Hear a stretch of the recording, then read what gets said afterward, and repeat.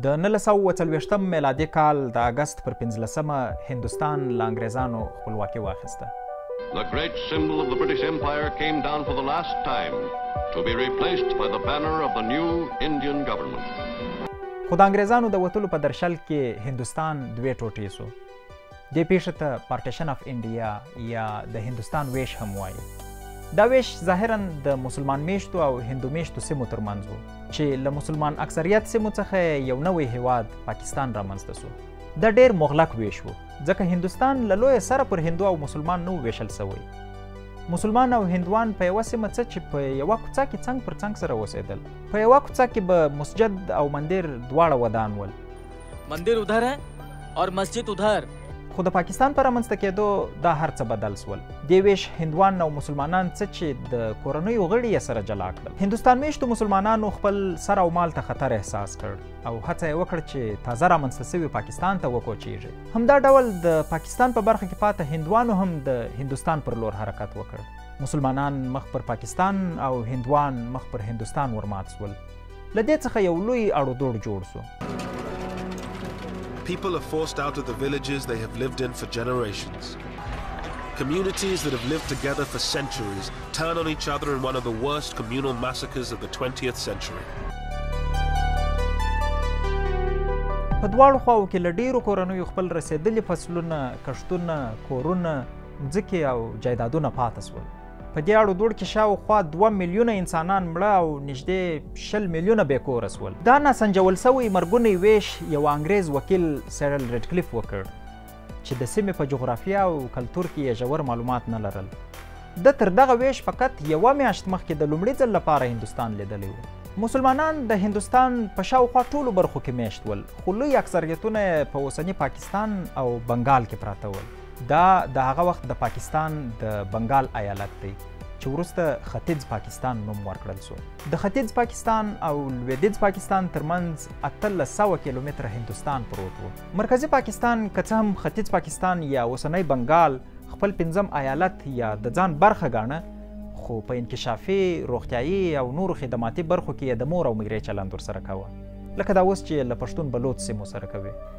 آپ بلوچستان کو لے لیں، بلوچ بیلٹ کو لے لیں، وہاں پر جو ہے گوادر کے اختیار کس کے پاس ہیں یہ ایک بندہ بھی وضاحت نہیں کر سکتے ہیں. وہاں کے صوبے میں جو ہیں وہاں پر ریکوڈک پہ کس کا اختیار ہے، سندھ پہ کس کے اختیار ہیں. جو وہاں پر پشتون بیلٹ ہے وہاں پر کوئلوں پہ، ماربل پہ، کرومائٹ پہ کس کا اختیار ہیں. د بنګال له طبعي او اقتصادي زیرمو پنجاب ګټه وړله خو په خپله بنګال له بېوزلۍ، لوږې او بیکارۍ سره لاس او ګریوان و. So the Bengali grievance was that Bengal was being deprived of its legitimate share in economic resources. په 1970 کې په بنګال کې خونړي سیلابونه راغلل چې شاوخوا 15 لکه انسانان پکې مړه سول.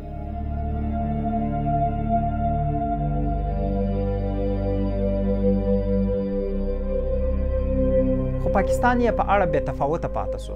حتی د مړو په موندلو کې یې مرسته نه ورسره وکړه.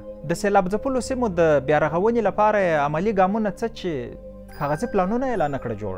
په ورته وخت کې د بنګال ایالت عوامي لیگ ګوند په لوی اکثریت په ټول ټاکنو کې بریالی سو. نو په دې حساب باید د عوامي لیگ ګوند مشر شیخ مجیب الرحمن اقتدار ته رسېدلی وای. Won a decisive majority. Legally, I am the authority because people have voted to me.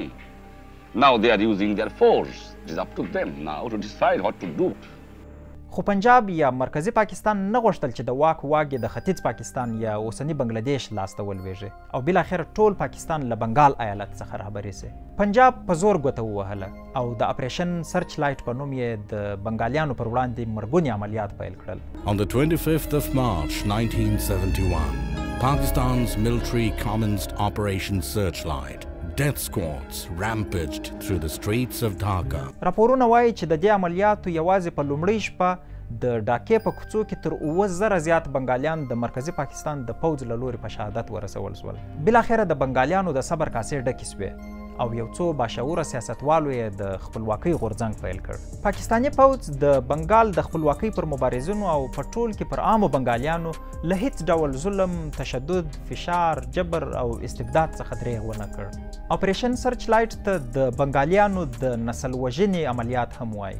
خو مبارزو بنګالیانو له زندان، شکنجې او وژنو نیولې د ښځو تر بېپتۍ، د کورونو تر نړېدلو او د انسانانو تر ژوندي سوځېدلو پورې هر ډول ظلمونه پر ځان ومنل، خو پنجاب ته یې سر ټیټ نه کړ.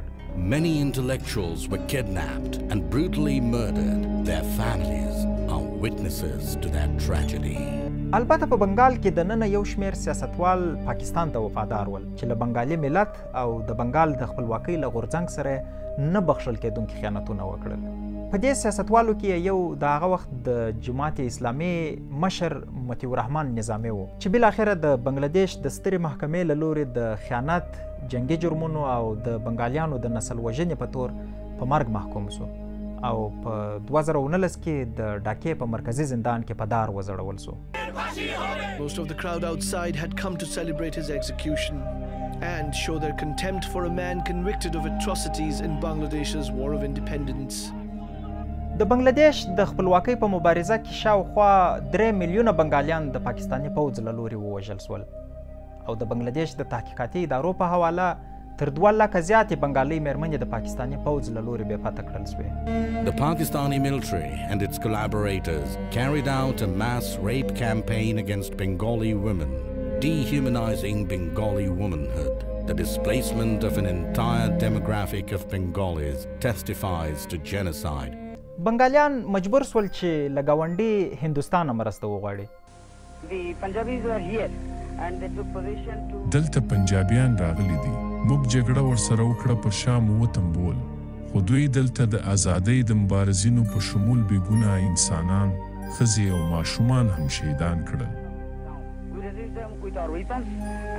هندوستان یې نظامي ملاتړ کاوه خو عملي مرستې ته یې زړه نه ښکاوه. دا لکه دا اوس چې امریکا له یوکراین سره د روس پر وړاندې د وسلو او پیسو مرسته کوي خو عملا د روس پر وړاندې جنگ نسي کولی. پاکستان ته له بنګالیانو سره د هند مرستې خوند نه ورکاوه. له همدې امله یې د 1971 کال د سپټمبر پر 15 د اپریشن چنګیز خان په نوم نوي عملیات پیل کړل. په دې عملیاتو کې پاکستان مستقیما د هندوستان پر 11 هوایي اډو بمونه وغورځول. دلته نو هندوستان او پاکستان عملا سره ښکر په ښکر سول. دې جنگ 14 ورځې دوام وکړ. نتیجه یې د پاکستان هغه شرمناکه ماتې وه چې تر 90,000 زیات وسلوال پوځ یې په 1 ورځ تسلیمي ومنله او بالاخره پاکستان مجبور سو چې د بنګلادیش خپلواکي ومني. د خپلواکۍ تر اخیستلو وروسته بنګالیان قرار نه کښېنستل. د ویجاړ سوي وطن جوړولو ته یې مټې راونغښتلې.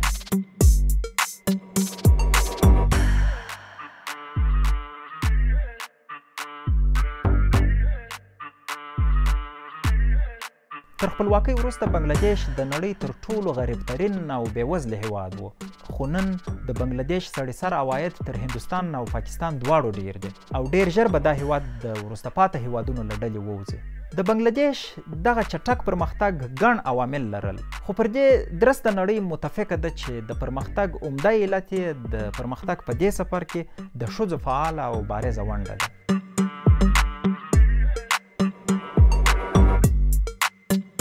د بنګلادیش 40% کارمندانې ښځې دي. په بنګلادیش کې ټول 80 میلیونه انسانان کار کوي او په دې 80 میلیونه کې 18 میلیونه ښځې دي.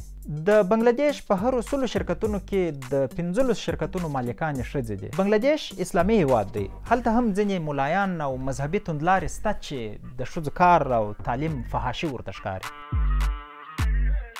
خو د بنګلادیش ښځې نر غوندې کار کوي، ځان او کورنۍ ته روزي ګټي، د هیواد اقتصادي څرخ څرخوي او مهمه دا چې د خپلو مټو په زور خپل راتلونکي نسل ته تعلیم، روغتیا او هوسا ژوند ګټي. په بنګلادیش کې د ځوانانو د سواد کچه 94% ده. په ښوونځیو کې تر هلکانو نجونې ډېرې دي. په بنګلادیش کې د یوه انسان اوسط ژوند 73 کاله دی.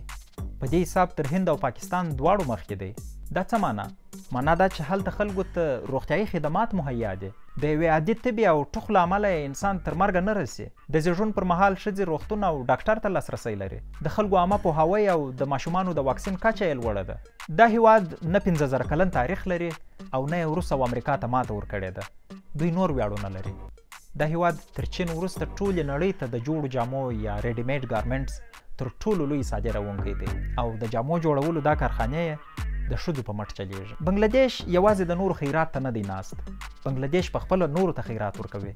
د دې هیواد یوه وړه خیریه مؤسسه برګ د افغانستان په شمول 10 نورو افریقایي او وروسته پاته هیوادونو سره د پوهنې، روغتیا، کرنې او د غربت د له منځه وړلو په برخو کې مرستې کوي. د امریکا نیویارک ټایمز ورځپاڼې په یوه مقاله کې ولسمشر جو بایدن ته سپارښتنه کړې ده چې په امریکا کې د غربت د له منځه وړلو لپاره باید له بنګلادیش څخه زده کړه وکړي.